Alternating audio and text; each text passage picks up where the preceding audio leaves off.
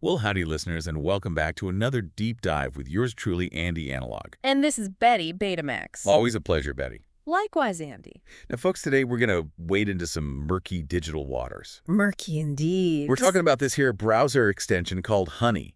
You know, the one that promises to magically save you money online with coupons galore? Ah, yes, the allure of a free lunch. That's what gets me, Betty. Is it really free, though? That's the question, ain't it? Yeah. Back in my day, if you wanted a bargain, you clipped coupons from the newspaper, you haggled with the shopkeeper you put in the elbow grease.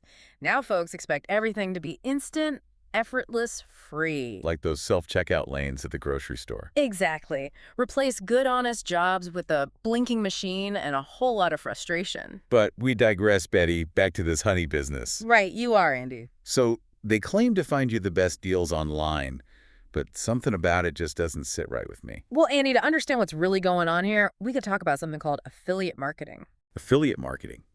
Sounds like something those city slickers cooked up. It's like the digital version of those door-to-door salesmen back in the day. You know, they'd get a commission for every product they sold. Like my grandpappy used to sell encyclopedias door to door.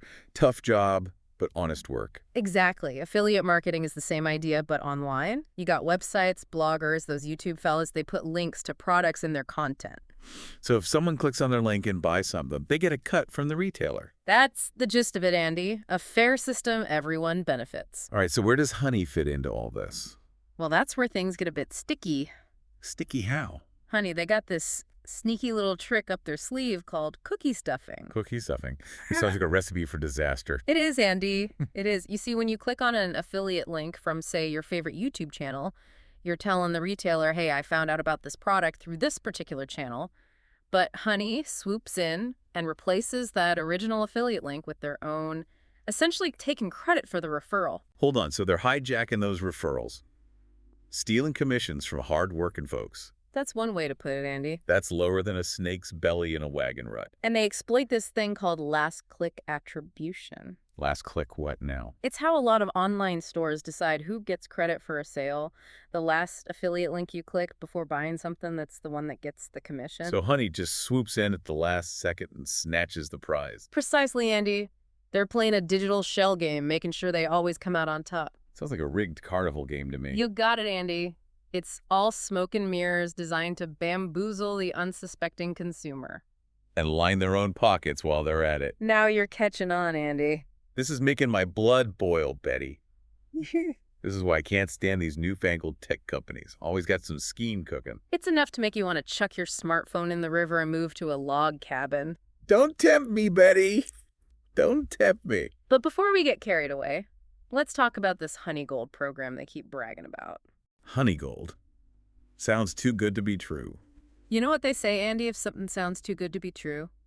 It probably is. You got that right. They dangle this cashback program in front of you, making you think you're getting a sweet deal.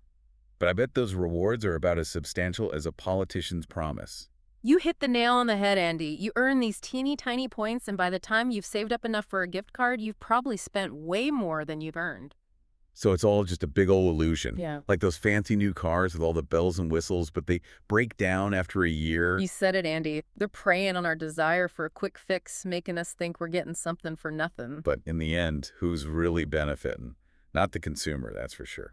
That's the real question, isn't it, Andy? Who's really pulling the strings in this digital puppet show? Well, folks, stay tuned, because we're going to dig a little deeper into this honey hive and see what else we can uncover. And trust me, Andy, there's a whole lot more to this story than meets the eye. We'll be back after a short break, so don't touch that dial.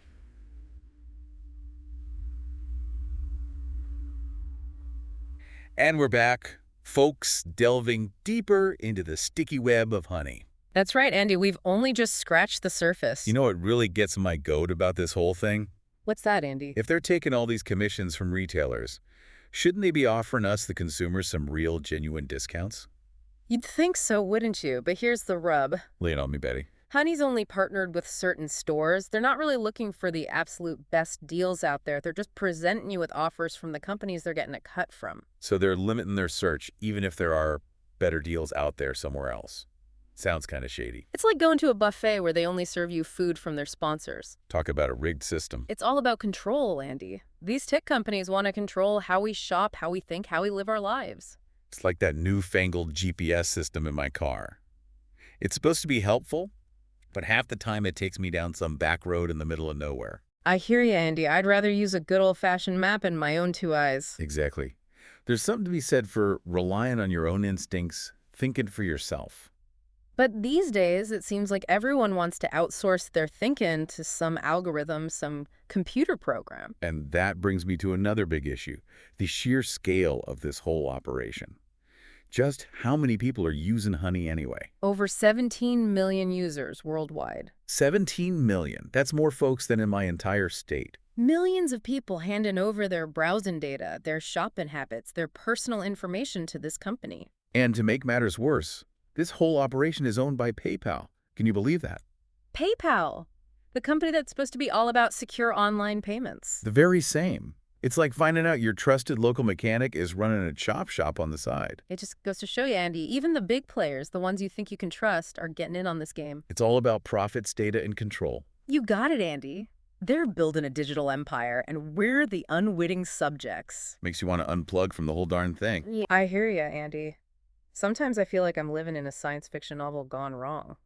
All these gadgets, all this technology, it's supposed to make our lives easier, but I'm not so sure it's making them any better. We're so busy staring at our screens that we're forgetting how to connect with real people, how to appreciate the simple things in life. It's like we've traded in our front porches for a virtual world where everyone's shouting at each other about politics and cat videos. It's a sad state of affairs, Andy. But you know what, Betty? I think there's still hope.